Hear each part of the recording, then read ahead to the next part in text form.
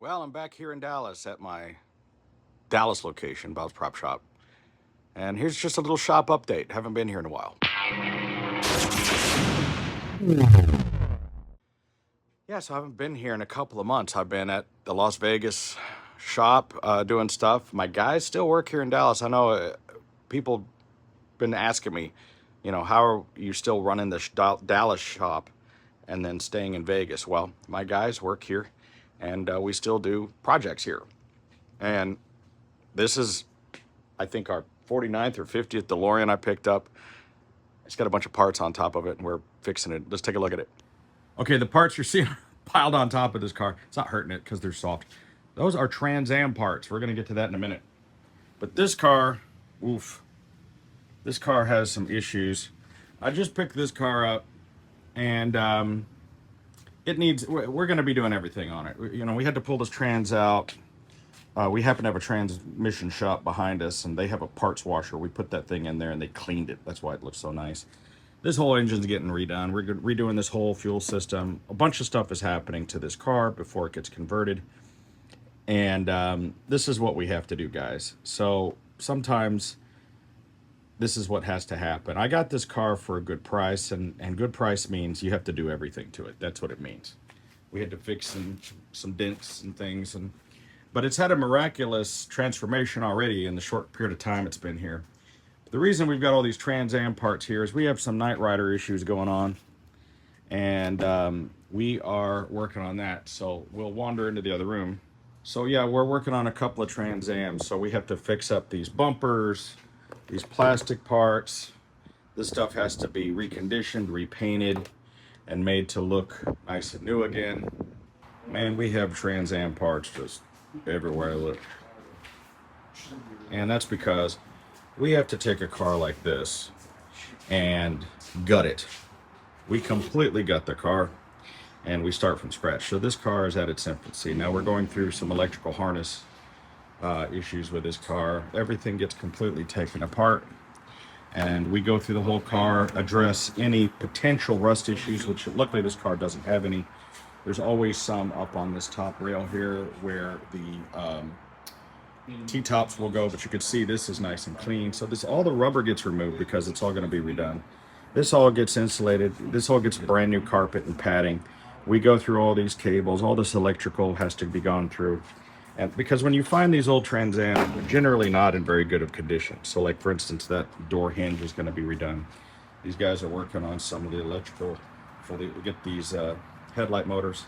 Going to have a whole new engine that's going to go in here, tune port fuel injected system, and which will require a brand new harness and everything. It's going to need everything. They're working on getting these headlight motors to work. I've talked about these in my other videos where they're very difficult to get to operate properly, and we need everything on the car to work. And really the only way you can do that is just to replace everything. And look at this heater core box. Yeah, it just crumbles. This windshield wiper motor, and then sometimes we have to get a couple of cars. Sometimes you got to go through 2 or 3 cars and rob parts off of them in order to do this correctly. Like this thing. I mean, this is probably going to end up being a donor vehicle because this car had a little bit of rust issues on it that we weren't happy with. I'll give you an example of, it's not too bad, but I mean, you see these little areas where the T-tops are, these start to rust. And now you can come in and weld this, and this gets covered up with a piece of rubber, so it doesn't really matter. But like you can see, this is a common issue with these Trans Ams with the T-tops. There's water will gather here. What happens is, like tree, you get tree crud, right? You get leaves and dirt, and then that traps the water and the moisture, and then the next thing you know, you end up with rust in those areas. And so to replace this entire thing, it's a lot of work. And this just has to be, you can see that in the past somebody had bondoed this and filled it with water. Right, we don't do that. We use metal to weld over it. I mean, this car could still be saved, believe it or not, because all this stuff gets replaced. You're not going to find a Trans Am that's in complete shape, in good condition necessarily. I mean, you could, but if you find a car like that, it's probably not something you want a Knight Rider in the first place. So you have to basically do a full restoration. That's kind of the difference between our cars and people will like you'll see a Knight Rider car for sale and it's like 25 grand or something. You go, oh wow, what a great deal. It's not a great deal. The reason our cars are so expensive is because they're on another level. You could expect to pay, you know, $50,000 to $75,000 or more for one of our Trans Ams, and the reason is because it starts off like this, and then it turns into, you know, what we do. So our Knight Rider cars are pretty expensive. This is a tune port fuel injected 305 that we're going to put into that uh, car. Still got the torque converter on it. It's interesting. The transmission for this thing's laying around here somewhere. But this is a good motor. It looks a little dirty, and it's just simply that. It's just simply dirty. Because this was a motor, I believe, that was all rebuilt. But we're going to go through it again. It's been sitting around for a long time. This is a time machine we just finished. I think this is car 48 or 49. I'll have to check. This car is being shipped to Iceland. I have a customer in Iceland. And it'll be the only time machine, for all I know, the only DeLorean. I don't know if there's another DeLorean there on the island. But it's going to Iceland, and great car. It's our, you know, I hate to denigrate it down to just say standard, but it's our standard time machine. That's what it is. And, you know, great car. What was interesting, though, is we had to convert this over to a 220-volt system for his country using the German EU standard, I think is what it is. It has what we do in all of our cars. We've been doing this for a while. A lot of people are starting to catch on and copy us, but we've been using these lithium-ion, or actually lithium-ion phosphate battery systems for a while. That's a 200 amp lithium battery. So that's the equivalent of about 2 or 3 car batteries, basically. And that will power this thing for just freaking days. You know what I mean? There's a lot of people you know, in the last recent years, people are getting into this whole time machine building game. And there's some people out there building some really great cars, you know. And some of those people are friends of mine. Some of them are not. Just because of ego's sake, they wanted to pick a fight with me because we're in competition. That's not the way it always is. There's a lot of people out there that build these cars, and we're quite good friends. You know, Danny Bakken out in California is my competition, but he's a friend. Whenever I see him, we have dinner. We buy and sell parts with each other. Plenty of other builders that I'm quite friendly with. And sometimes there's friendly competition. Sometimes it's not as friendly. But we're talking about a lot of money. I sell these cars for $150,000 and up, right? So that's what people are fighting over. They're fighting over who gets that money. It's a very small market, right? So I'm just willing to talk about it. What I think makes our cars different than the other people's is that there's 2 schools of thought. And you can tell me in the comments what you think is better, okay? All of the parts that we have on our car are sourced from the original part. Okay, for instance, these boxes here, these are called the flux boxes. These are molded from the same ones that are on the screen used car at the Peterson. So the molds that were made to make the ones that are on the screen used car when it was restored are the same ones that I have. So the boxes I put on are made of the same material and from this, you know, same source, okay? Now, things like this tank here and this tube, like this tube is from an old helicopter and this is an old heating unit. These are molded from the original parts, the actual thing.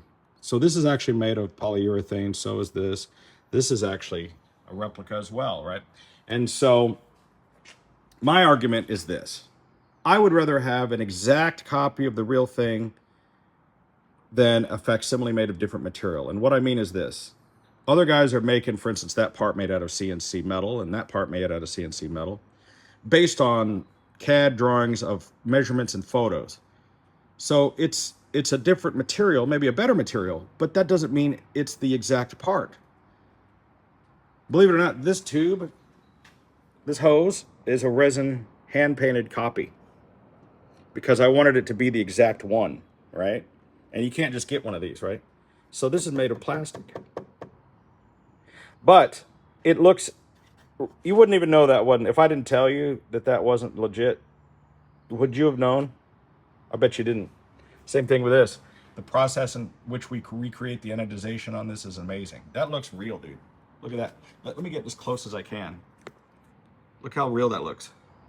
So, you know, all of these measurements came off of the original screen used car, right? So my argument is that we're trying to build the most reasonable facsimile of the car. Now, anyone who tells you that they have a screen accurate car would be lying if this back window is filled. Because you have all these people saying, oh, I got this right color wire and I got this accurate. When in reality, if you don't have certain things, like for instance, the real car had no back window. All it had was the back side of this bulkhead. See the bulkhead back here, right? So this bulkhead that has the flux capacitor and all these other parts back here, okay, isn't there, right? That this sealed back window wouldn't be there. But we put that in because we need to waterproof the back of this thing as best as possible. But there's people out there that will tell you that they got the most accurate car when there's blaring examples like, you know, how come they don't have the, you know, Eagle GT tires? Oh, well, those are too hard. Well, I put them on the car that's at Universal. I did it. Look at this thing is a replica. This is hand painted, guys. We put a lot of time and effort into this stuff. That's a replica. I mean, it's unbelievable what we've learned how to do with our team, but we've been doing this the longest. I've been building these cars since 2004, 20 years now, and up to 50 cars. And I'm not saying that other guys can't build great cars too. They're building great stuff. They are. So I'm not here to sit there and go, oh, I'm the best and you suck. I'm not doing that. These other guys are building great cars too. And that's fine. The difference, I would say, is that I'm the only builder that I know of that is currently a vendor working with NBC Universal. Now, what does that mean? Don't confuse that with licensee, right? I'm not a licensee because no one can license the Back to the Future car. You can only license the logo. But as a vendor, that means I've been vetted through their program. I have a certificate of insurance. And in order to work with NBC Universal, I have to pass their needs for me to do business with the park. So that means I'm the one that built and sold the DeLorean Time Machine replicas that are on display both at Universal Studios and at Hollywood. Hollywood bought one from me, but I don't think it's on display yet, so it's not out yet. But anyway, that's what we do. We've been doing it the longest. Our parts are exactly from the A car, and every single thing that we do is based on our current photos of the A car, right?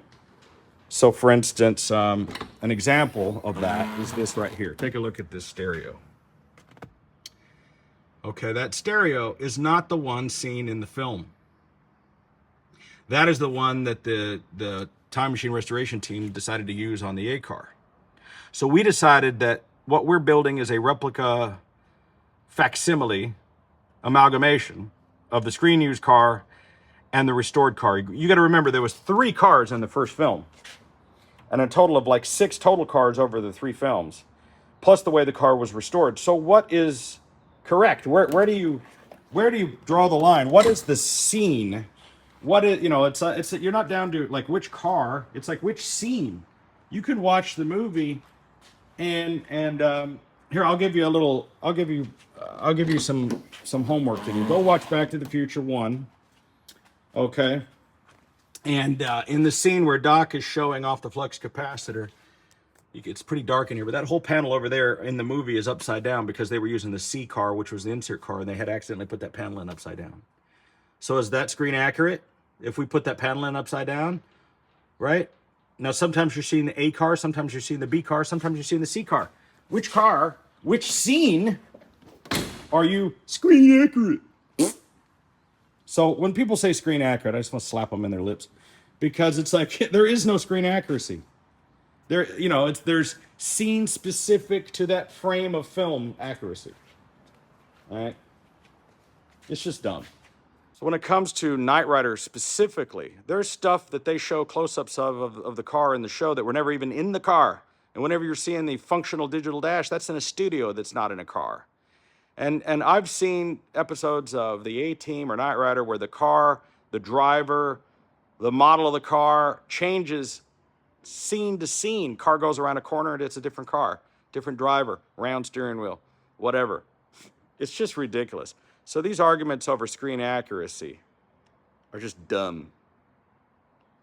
Some cool stuff I got laying around the shop. Bunch of Pantera road cases. You know, I used to work for Vinnie Paul, and it's a long story how this came to be. There was a bunch of his stuff was at his mom's with a sound guy, and then he lost the house. He put the stuff in storage, and he ended up in Hawk, and he ended up going to jail. And long story short, I ended up with all of Wire's stuff. This guy, Aaron, he ended up going to jail for some, I don't want to say what he went to jail for. It wasn't good. But I ended up with a ton of this stuff.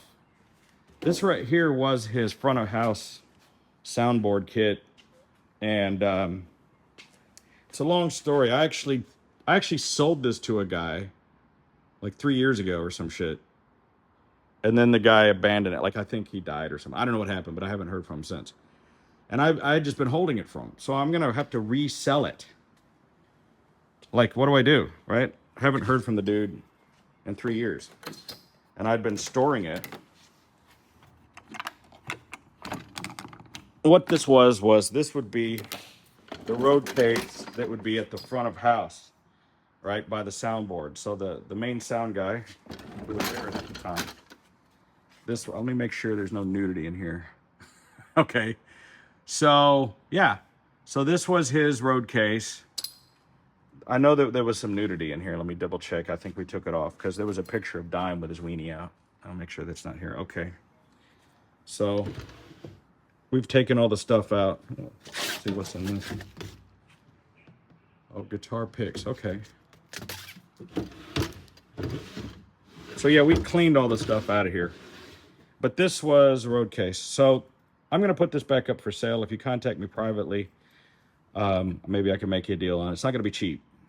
I mean, to give you an example, like some of these racks go for 10 grand, that kind of thing. I mean, just this road case alone, if you had to buy one of these, would be like $5 grand to have built, right? So, I mean, I just spent $2,000 on a small case like this that's a wardrobe case, much smaller than that. It was over $2,000. The case like this to buy would be like $4 or $5 grand. But this was used with Pantera and Damage Plan. So I think it's worth probably 10 grand. This over here is just an empty equipment case. There's nothing in here. It's just a box that held a rack that sat in there. It's just an empty box that just says Pantera on it. That's going to be a lot cheaper. But how cool is that? It's legit. I have tons of this stuff, guys. This warehouse I'm trying to get cleaned out of here. Look, if you know anybody needs a BMW fifth wheel over there, I need to get rid of that. But this whole warehouse is getting emptied out. It's just stuff in here that I need to...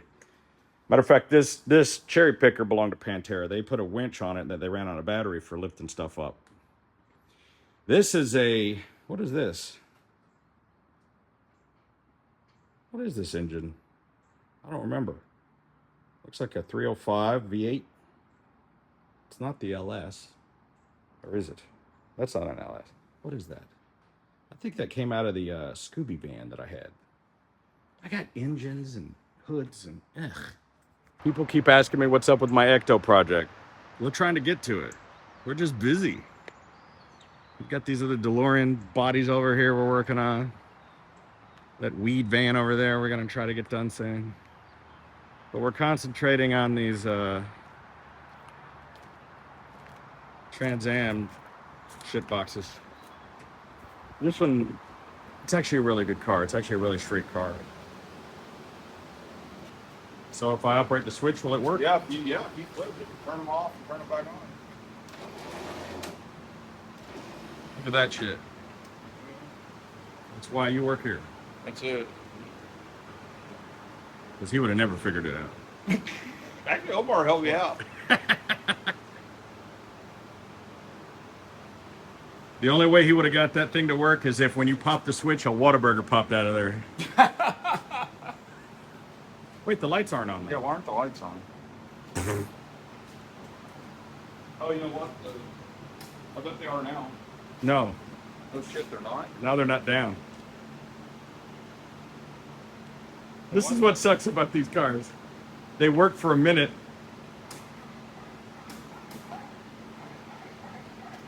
Oh, they're on now. Oh, the switch wasn't all the way on. That switch is cruddy. No. Probably need to order another switch. No. We need to just replace every electrical thing on the car. Yeah, that's what I was telling Omar. We need to go through and spray all the. Like all of these bulb connections, you spray Yeah. deoxit in there, and then we're going to put dielectric grease in there, and then just change the bulbs. Just put new bulbs in them. Just Yeah. get it over with.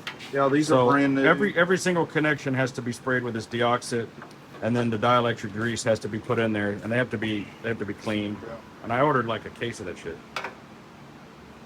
Those things are expensive. Yeah, that's what we got on low. So it doesn't spray a whole lot Yeah. of it.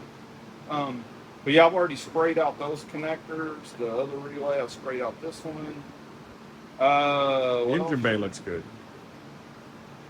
Oh yeah, this. Yeah, all we're gonna do on this is we're gonna spray some more of that rust inhibitor, and then we're gonna hit it, and kind of finish blacking it up. Well, this thing's in great shape. It is actually. This the body is great. There's no rust on this car. Nope. Like the number one thing you look for in one of these cars, you just take a peek under this rubber, like I was showing earlier, and there's no rust on this. So Minimal. And then that's there's all. no rust in these floors. There's no holes. There's none on the bottom of the doors. Look, this car was originally gold. It was a Bandit car. Oh, okay. What? You know what? This is an '83 then. Oh, okay. Yeah, that was a Bandit. This must be an '83 because. Oh, let me see. Here's the No, tag. they were both Bandits. I can't read this. Let's see. I don't know if this is readable. I have the paperwork on it. But the 83s were black and gold. They had a gold lower. They had a graphic on the turbo hood. Yeah, this has got. I'm assuming this is an '83. It wasn't a Bandit, but they were black and gold. They had the fire chicken thing up top. The steering wheel would be awesome if it wasn't so bad a shape. That's a great steering wheel. Turn the key, fired up.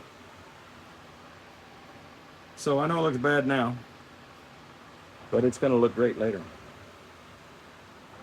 To look for the 82 to 84 because of these vents in the wings here.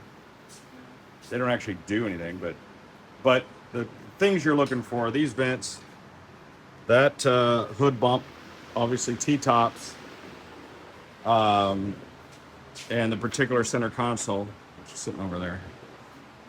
And that's the Knight Rider car.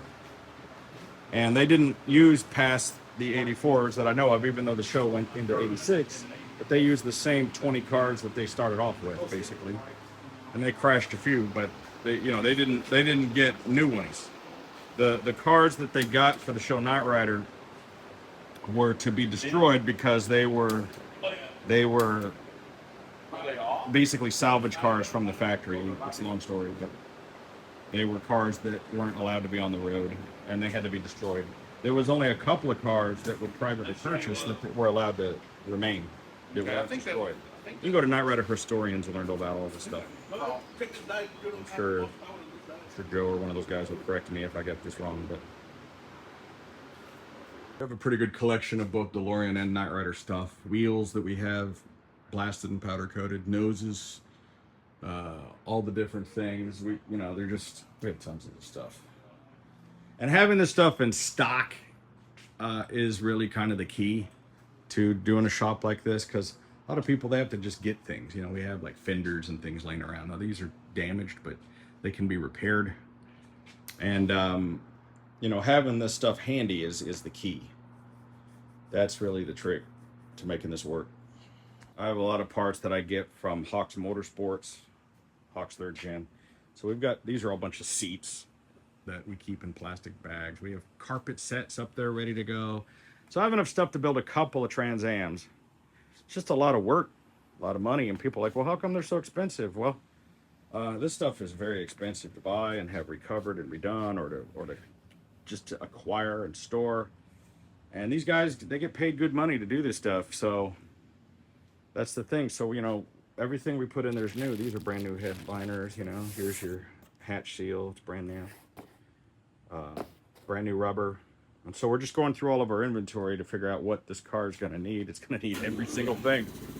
Why does the air compressor come on every time I do a video? Every time. Like clockwork. Here we go. So these are, you know, T-top kits, door seals. These are parts getting ready to be put on the next time machine. Flux boxes, various bits and parts and things that we manufacture here. It's all stuff that we would make. This is our resin casting room where we manufacture various bits and parts. This is the little gyroscope thing that we do. Like here's an example of some of these plastic parts. I know it's kind of a mess in here, but this is just how it is, you know what I'm saying? But here's like this, we've been making these, I've been making these since, I don't know, 15 years or so. I used to use real ones. Isn't that crazy? But look how good these welds are. So in my opinion, like, you know, trying to CNC or 3D print this, you're never going to really emulate the actual welds and the actual parts and the, you know, the look of this thing. And I just feel like, in my opinion, you know, an actual copy of the real thing, like look at the detail. This is exactly how the real tube is. Now, of course, we've weathered it to make it look dirty. But I had a few of these like new in the box, right? So other people, well, they'll make theirs out of 3D printing or whatever, but that's not the same thing as an actual facsimile of the real thing. Like here's one of these green oxygen bottles, right? And then here's the copy that we make. Look how detailed that is. A lot of effort and time went into making that. Look how the serial number's on there. Right? It looks like you could actually turn that valve, but that's plastic. And it's because we've got some pretty we've been doing this for 20 years now, and we've gotten pretty good at making stuff. You know, the tubes that we make for the flux capacitors, you know, they're just crystal clear. And yeah, here's a flux up here. I don't know why this is just sitting here and not been built, but, or, you know, finished. You can take a look at it. This is the same basic rig that it's very similar to the way the original screen of your car was done. It's just that we're doing it with slightly modern technology with the LEDs. And this is how we've been doing it for 20 years. I've been building these flux capacitors since 2004. Same thing with these, you know. Now, I don't make these anymore. I have a guy in Europe that makes them for me now. But I used to make these. But sometimes the smartest thing to do is outsource your materials. And that's what I'm doing with a lot of things, but not all of it. The majority of this stuff, we just make it here.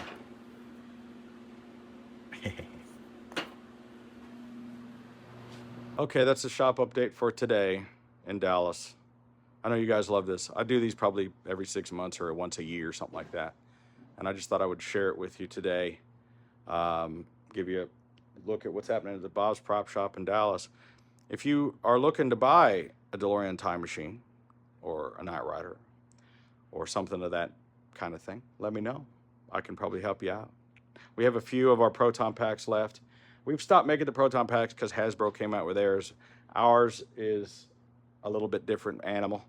You know, we sold our Proton packs for $3,500, you know, but it's a completely different thing. Like the Hasbro ones, I mean, they're cool. Don't get me wrong.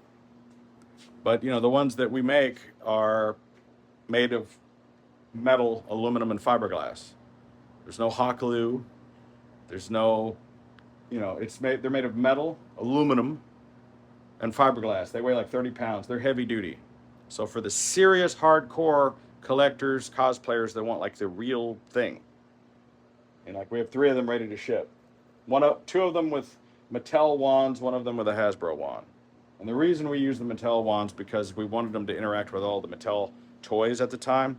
So they would directly interact with the PKE meter, the goggles, the traps, and all that stuff. So that's why we did it that way, to make it more fun for the cosplayers. Anyway, we still have them. I'll do another update here in a little bit. I'm only staying here for a short time. So, hey, like, share, and subscribe if you love this stuff. If you are a big fan of Back to the Future, Knight Rider, this kind of thing. Tune in, you'll love it.